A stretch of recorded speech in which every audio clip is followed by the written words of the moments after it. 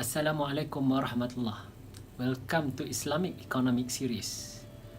In this channel, I discuss about concepts in Islamic economics, and in today's episode, we will discuss about the methodology of Islamic economy. In this episode, we will discuss about the sources of knowledge in Islam and how from these sources we derive Islamic economics. In Islam, we can divide sources of knowledge into two. The first one is the primary sources of knowledge. Primary sources of knowledge includes Al-Qur'an and the Hadith or Sunnah of Prophet sallallahu alaihi wasallam. These two sources also are called revealed knowledge. Their authenticity is considered to be the highest form of authentic knowledge. In other words, knowledge from Al-Quran is considered to be an absolute truth. The same for authentic hadith. In the methodology to derive Islamic economics, the first reference should be made to these primary sources of knowledge. Any ideas, hypotheses that we establish must be in conformity with the context of Al-Quran and As-Sunnah or Hadith. For example, the prohibition of interest or riba in Islam. This is clearly stated in Al-Quran and also mentioned in the Hadith of Prophet sallallahu alaihi wasallam. Therefore, any ideas or hypotheses supporting the importance or the need to have an interest-based system or a riba-based system cannot be accepted in the methodology of Islamic economics. Apart from Al-Quran and As-Sunnah as the primary sources of knowledge, Islam also recognizes human intellect as another source of knowledge. From human intellect, we derive many forms of knowledge. We can say arts, social sciences, or pure sciences. As shown in this diagram, akal or intellect is the secondary source of knowledge. Knowledge coming from our intellect is considered as an acquired knowledge. Human intellect is important to derive knowledge, so-called arts, social sciences, or sciences. At the same time, there is also the application of our intellect to derive knowledge related to Islamic rulings, and this type of knowledge is called ijtihad.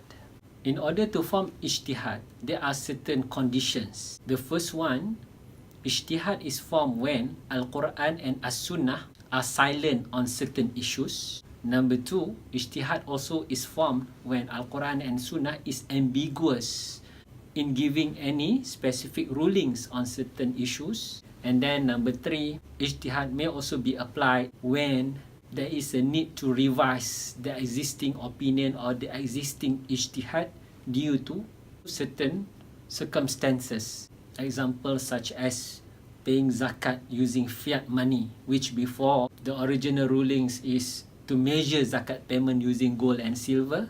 The usage of fiat money require an ijtihad. Who knows, in the future, with the emergence of crypto money, a new ijtihad needs to be formulated in order to know the ruling, how or whether it is allowed to pay zakat using crypto money. In order to derive Islamic economics, some of the knowledge we get are straight from the primary sources of knowledge. For example, Al-Quran. Examples such as the prohibition of riba or the obligation to pay zakat are direct rulings that we get from Al-Quran or Al-Hadith. This is especially when the text of Al-Quran is clear or qat'i, where the meaning is definitive and does not require any further interpretation. In the case where the text of the primary sources such as Al-Quran or Sunnah is ambiguous or general, which require further interpretation, there is a possibility for scholars, mujtahid, to form ijtihad. In this case, a proper methodology is required in order to derive rulings from the primary sources of knowledge. And this methodology is called usulul fiqh. Therefore, another way how knowledge is derived in Islamic economics, one way of it is through methodology of fiqh involving usulul fiqh. In addition of that, Islamic economics also is a social science that is based on scientific method of study. And in that case, we need our intellect to understand our surrounding. So we make observations, we collect data, we form hypotheses, and then we test, we do empirical study in order to identify certain relationship or causality in our study. In this manner, again, there is another form of knowledge we get. One thing to note, when we use our intellect, ideas must undergo two levels of filtering.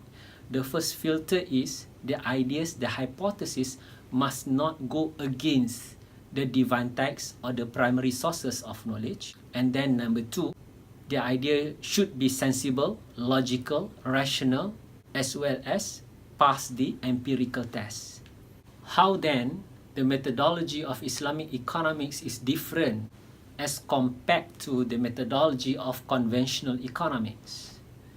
Number one, we can see in terms of the sources of knowledge, Islamic economics recognizes revealed knowledge, in fact considers revealed knowledge as the highest form of authentic knowledge, and human intellect cannot overrule the authenticity or the validity of knowledge found in the revealed knowledge. There is also recognition in Islam on the application of human intellect.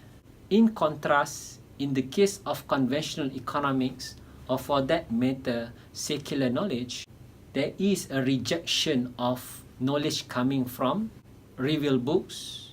Knowledge should only come from human intellect, and one way to validate this knowledge is through empirical studies. So these are some differences that we can highlight here. That's all for today. Thank you for listening. Don't forget to subscribe, and if you like the channel, give your thumbs up. See you next time. Wassalam.